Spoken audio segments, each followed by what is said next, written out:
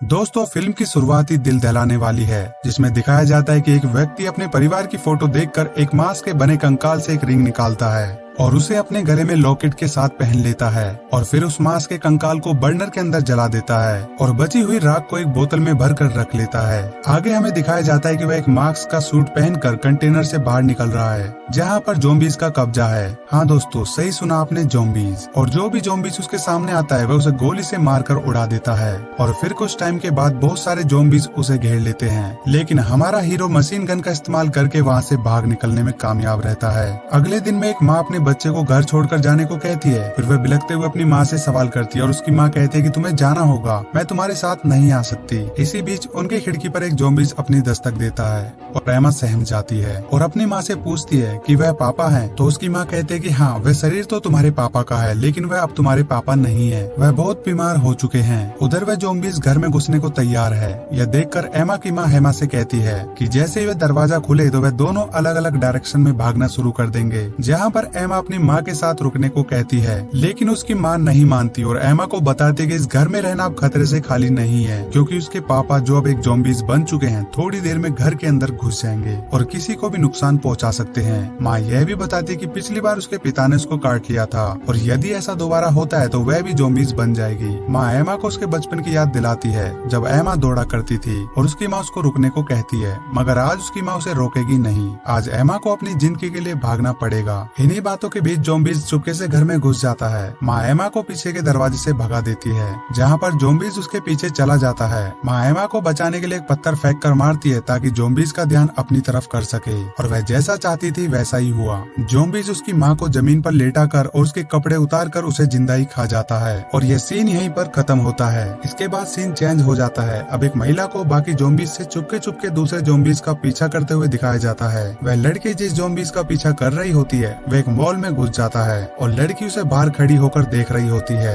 इसी बीच पीछे से एक आदमी उसे आवाज देता है और उसे अंदर जाने से रोकता है, मगर उस लड़की को सुनाई नहीं देता और धीरे धीरे आदमी उस लड़की की तरफ आगे बढ़ता हुआ उसके कंधे पर हाथ रखता है। लड़की डर जाती है। वह आदमी उसे समझाता है कि क्या तुम्हें अपनी जान प्यारी नहीं है। इतना कहकर वह उसे वहाँ से ले जाता है। वह आदमी उस लड़की को एक शांत जगह ले जाकर समझाता है कि ज़ॉम्बीज़ के इर्द गिर्द भी घूमना खतरे से खाली नहीं है, क्योंकि जैसे हमें खाने की भूख लगती है वैसे ही ज़ॉम्बीज़ को खून की भूख लगती है। किंतु वह लड़की उस आदमी को बीच में रोक कर अपने बैग से एक गला हुआ बोर्ड निकाल कर दिखाती है, जिस पर लिखा होता है कि मैं सुन नहीं सकती, इसलिए मुझसे बात करने के लिए मेरी तरफ देखकर इशारों में बोलें। वह आदमी अपनी बात को दोहराता है और उस लड़की को अपने साथ आने के लिए कहता है। साथ ही आने की बात को लेकर उस लड़की के मन में उस आदमी के लिए डर सा पैदा होता है। तब वह आदमी उसे समझाता है कि उसके घर पर उसकी बीबी और उसकी बहन है जिन्होंने आज अच्छा खाना बनाया है। यह कहकर वह उस लड़की को अपने घर बुलाता है और लड़की मान भी जाती है। घर की ओर बढ़ते हुए आदमी उस लड़की को बताता है कि उसकी माँ की तरह सूप कोई नहीं बना सकता। वह लड़की एकदम से रुक जाती है और सोचती है कि पहले तो इस आदमी ने अपनी बीवी और बहन का जिक्र किया था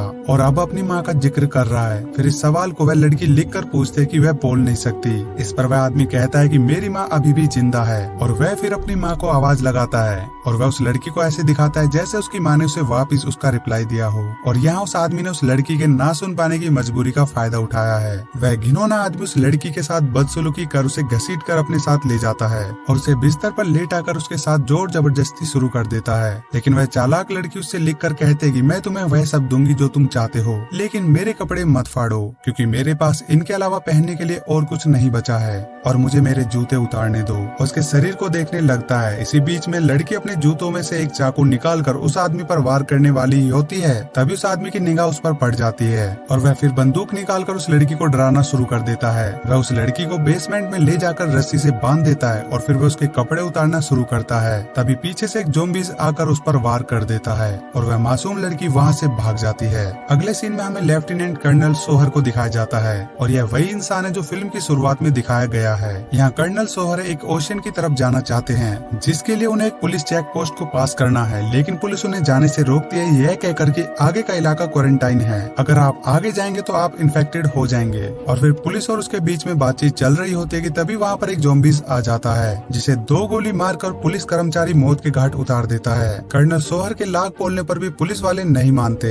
आखिरकार हार कर कर्नल को वहाँ से जाना ही पड़ता है। फिर हमें आगे उस लड़की को एक ज़ॉम्बीज़ के हाथ से बंदूक खींचते हुए दिखाते हैं, लेकिन पीछे से एक ज़ॉम्बीज़ आकर उस पर वार कर देता है। पर किसी तरह से वह लड़की एक बार अपनी जान बचाकर वहाँ से भागकर एक क्रेन के ऊपर चढ़ जाती है। फिर आगे कर्नल को ओशन तक जाने के लिए एक अलग रास्ते पर जाते हुए दिखाते हैं, जहाँ उन्हें एक पुलिसकर्मी मिलते हैं। कर्नल उस पुलिस ऑफिसर को 2 खाने की स्टिक्स देते हैं, जिसके बदले वे वहाँ से आगे बढ़ जाते हैं। पुलिसकर्मी सोहर से उसकी माँ, जो कि अब एक ज़ॉम्बीज़ बन चुकी है, उसको मारने के लिए कहता है। फिर कर्नल ओशन की तरफ आगे बढ़ जाता है, जहाँ पर उसे वह मासूम लड़की दिखती है जो क्रेन पर लटकी हुई है और उसके नीचे एक ज़ॉम्बीज़ खड़ा है। कर्नल उस लड़की को बचा लेते हैं, लेकिन जैसे वे अपनी गाड़ी की तरफ रुख करते हैं तो वे देखते हैं कि उनकी गाड़ी पर ज़ॉम्बीज़ ने हमला बोल दिया है। इसी कारण उन्हें अपनी गाड़ी छोड़कर वहाँ से आगे बढ़ना होगा। इसी बीच में उन्हें एक विल्सन नाम का आदमी मिलता है, जो कि एक ज़ॉम्बीज़ को पकड़कर एक गड्ढे में उसके ऊपर स्टडी कर रहा होता है। फिर कर्नल, विल्सन और वह लड़की रात को खाना खा रहे होते हैं। तब विल्सन बताता है जो लोग नए ज़ॉम्बीज़ बने हैं वह बहुत तेज भाग सकते हैं और वह बहुत भूखे भी होते हैं, लेकिन जो ज़ॉम्बीज़ बूढ़े हो जाते हैं उन्हें चकमा देना आसान होता है। विल्सन साथ में यह भी बताता है कि पास में एक डैम है और वह काफी ज्यादा सुरक्षित जगह है और वह ज़ॉम्बीज़ सीमेंट की बनी हुई उन दीवारों को क्रॉस करने में नाकामयाब है, यानी कि वे उन दीवारों को पार नहीं कर सकते।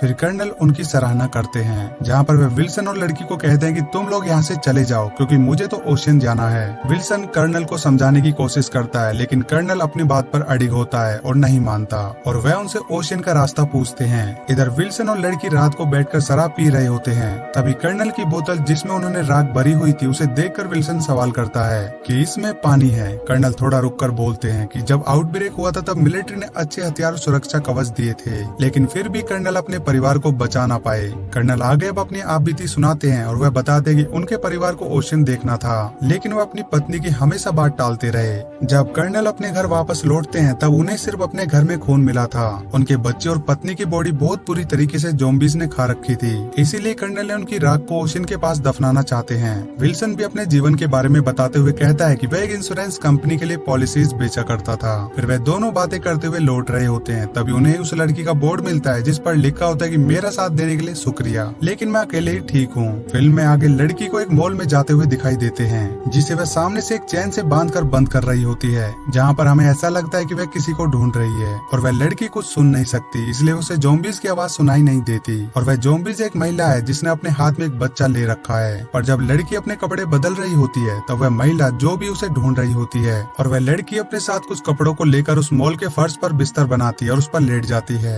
वह महिला ज़ॉम्बीज़ अपने हाथ में एक बच्चे को लेकर उस लड़की को बुला रही होती है, लेकिन वह लड़की कुछ सुन नहीं सकती और आखिरकार वह ज़ॉम्बीज़ उस लड़की को खोज लेती है, जिसे मारकर बाहर की तरफ भागने में कामयाब हो जाती है। और भागते भागते उसे बीच रास्ते में कर्नल और विल्सन मिल जाते हैं और अगली सुबह वह तीनों ओशन की तरफ से आते हैं। ओशन पर पहुंचकर कर्नल सोहर अपने बच्चों की राख को बीच पर गिराकर खुदकुशी करने की कोशिश करते हैं, लेकिन वह ऐसा नहीं कर पाते और विल्सन और उस लड़की के पास चले जाते हैं। अब स्टेफनी, विल्सन और कर्नल सोहर वहाँ फंसे लोगों की जान बचाने के मिशन में जुड़ जाते हैं। ऐसा करते वक्त कर्नल को वहाँ पर उसकी बेटी मिलती है, जिसको एक महिला ने अपने पास सुरक्षित रखा हुआ था। अब बेटी को जिंदा देखकर वह बहुत ज्यादा खुश हो जाते हैं। इसके बाद दिखाया जाता है कि वह महिला जिसने कर्नल की बेटी को बिल्कुल सुरक्षित रखा था, वह विल्सन को एक वीडियो दिखाती है जिसमें प्रेसिडेंट बताते हैं इस इन्फेक्शन से बचने के लिए विश्व की आबादी को मिटाना होगा, जिसमें अफ्रीका के लोग पहले मारे गए क्योंकि वहाँ से केवल गरीबी ही आती है विश्व भर में। प्रेसिडेंट यह भी बताते हैं कि इन्फेक्शन फैला कैसे।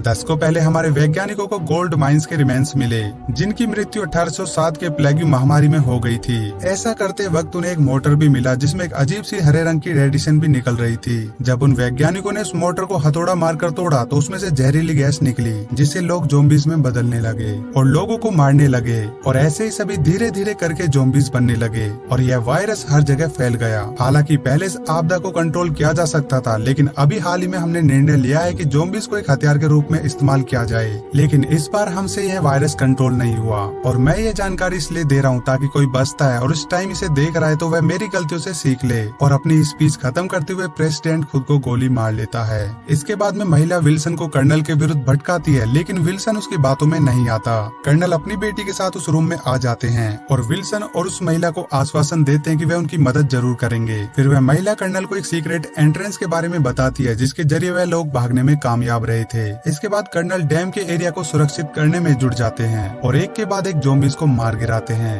फिर आखिरी सीन में कर्नल अपनी बेटी को ओशन दिखाते हुए नजर आते हैं। उनके साथ में स्टेफनी भी होती है और इसी के साथ ये फिल्म यहीं पर खत्म हो जाती है। तो दोस्तों कैसी लगी आपको ये मूवी के एक्सप्लेनेशन, ये कमेंट करके जरूर बताइएगा। तब तक के लिए अपना ख्याल रखिए। Till then take care, bye bye, love you.